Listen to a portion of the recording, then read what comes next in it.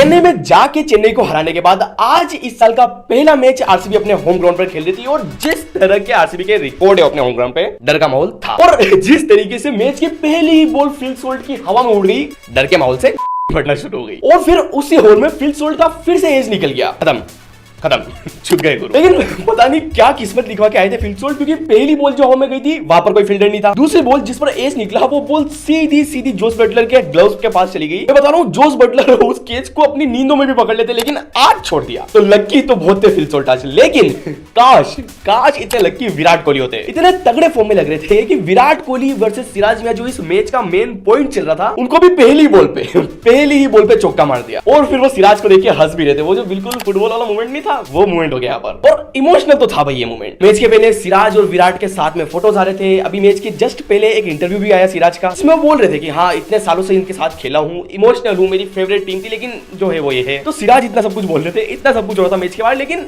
मैं तो भी इतना ज्यादा इमोशनल हो नहीं रहा था मैं। लेकिन जब विराट और सिराज एकदम आमने सामने खड़े हुए और सिराज जीटी की ड्रेस में, तब जाके हिट हुआ। डैम। ऊपर से जब विराट ने चौका मार के सिराज को हंसते हुए देखा, डबल डैम। बाकी उस चौके के साथ में माहौल तो बन गया था, पूरा क्राउड पागल हो गया, जोर जोर से चिल्ला रहा है विराट। लेकिन उसके बाद जो सिराज मियां ने क्राउड को शांत कराया, नहीं विराट का विकेट नहीं लिया, लेकिन बाकी बहुत विकेट ले गया। Particle, salt, Liam Livingstone, main wicket सबको आउट कर दिया। Pin drop silent. अब वैसे तो ये पहली बार नहीं था जब सिराज ने एक आरसीबी क्राउड को चुप कराया था। इतने साल से झटके खा के आरसीबी के क्राउड को आदत पड़ चुकी है कि सिराज बॉलिंग कर रहा है तो चुप ही रहना है। आदत पड़ चुकी है उनको, इतनी आदत पड़ गई कि उनको पता भी नहीं था कि सिराज आज सामने वाली टीम से हमको चुप करा रहा है। वो चुप थे, उनको आदत है। एनीवेज चलो आगे बढ़ते हैं। और मुझे ये समझ नहीं आ रहा है कि मतलब दिक्कत आई तो आई कहां, और पहली बार तो नहीं है, हर साल आ रही है, तो इतने सालों से दिक्कत आ कहां रही है। मतलब पहले केकेआर के होम ग्राउंड पे पहली करी, फिर चेन्नई के ग्राउंड पर मारा, वहां पे तो इतना अच्छा विकेट होता भी नहीं है, वहां पर मारा, यहाँ पर फ्लॉप हो गए। तो यहाँ क्या हो रहा है? ऊपर से मजे वाली बात ये है कि ये ग्राउंड इनके जो पिछले 2 मैच हुए केकेआर और सीएसके, उस ग्राउंड से भी बढ़िया ग्राउंड था। रन्स बनते हैं यहाँ पे। अबे पाकिस्तान की हाईवे वाली भाटा पीछे यार, इससे ज्यादा क्या लोगे? ऐसे बीच में हक दिए बताओ। ऊपर से फिल सोल्ट, इसको तो भाई ऐसे बोलो कि हवा नहीं लग रही थी जैसे कि पाटा पीच में नहीं पहाड़ पे खेल रहा हूँ। ऊपर से गरीबी में आटा गीला, पहले ही बोले समझ में नहीं आती थी, इन्होंने एक छक्का मार के बॉल को ग्राउंड के बाहर बचा दिया। अब वो बॉल बाहर गई तो नई बॉल आई, पुरानी बॉल समझ में आ नहीं रही थी, नई बॉल क्या ही समझ में आती। बिगड़ गया काम। खुद तो गए कृणाल पांड्या, कप्तान साहब, रजत पाटीदार सबको लेके चले गए। लेकिन इस साल आरसीबी ऐसे ही थोड़ी टेबल के टॉप पे बैठी हुई है, तुक्का उक्का नहीं है। इस बार सच में टीम है आरसीबी अच्छी। अब ये वो आरसीबी नहीं थी जो एक बार कोलैप्स होने के बाद 49 पे ऑल आउट हो जाए।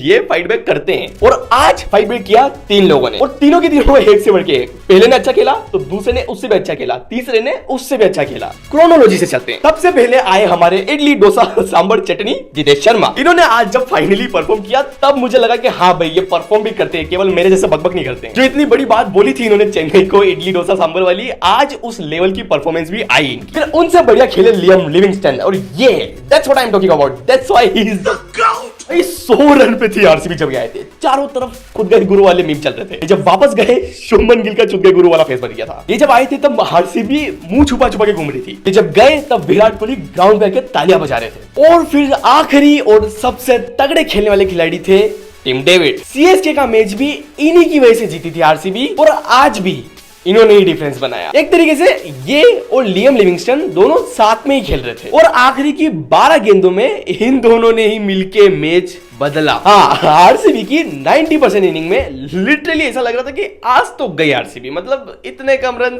क्या ही होगा, मुंह दिखाने लायक भी नहीं हो रहा था, बता चुका हूं मैं आपको। वो तो आखिरी 10% में, आखिरी 12 गेंदों में लियम लिविंगस्टन और टिम डेविड ने गेम बदला, वरना तो गई थी आरसीबी। लेकिन चाहे कितना भी गेम चेंज हो जाए, है तो यह आरसीबी। आखिरी में आके आरसीबी की 12 नहीं बजे, ऐसा हो सकता है क्या? बैटिंग में जैसे तैसे अच्छा किया, बॉलिंग में फिर से हक दिया। एक तरीके से ये पूरा मैच केवल 2 फीलिंग्स में चल रहा था। पहला तो वाओ आरसीबी कमबैक हो गया, ईसाला कप नाम दे। और दूसरा, क्या घटिया टीम है, बार हार जाती भाई। मतलब आरसीबी की बॉलिंग तो अच्छी थी ना, बैटिंग में तो चलो हमको आदत पड़ी हुई है इतने सालों से, कभी हक देते हैं ये, लेकिन बॉलिंग इस साल तो बॉलिंग अच्छी थी ना, उसमें कैसे हक सकते हो आप? सारा जो जोश आया था आरसीबी फैंस को 2 ओवर, पहले 2 ओवर में साई सुदर्शन और शुभमन गिल इन्होंने मिलकर जोश ठंडा कर दिया। और इन दोनों का तो चलो पता था कि मारेंगे ही, पिछले मैच में भी मार ही रहे थे, तो उनपे थोड़ी देर में बात करते हैं। लेकिन जोस बटलर भाई आज इतना खराब दिन था इनका,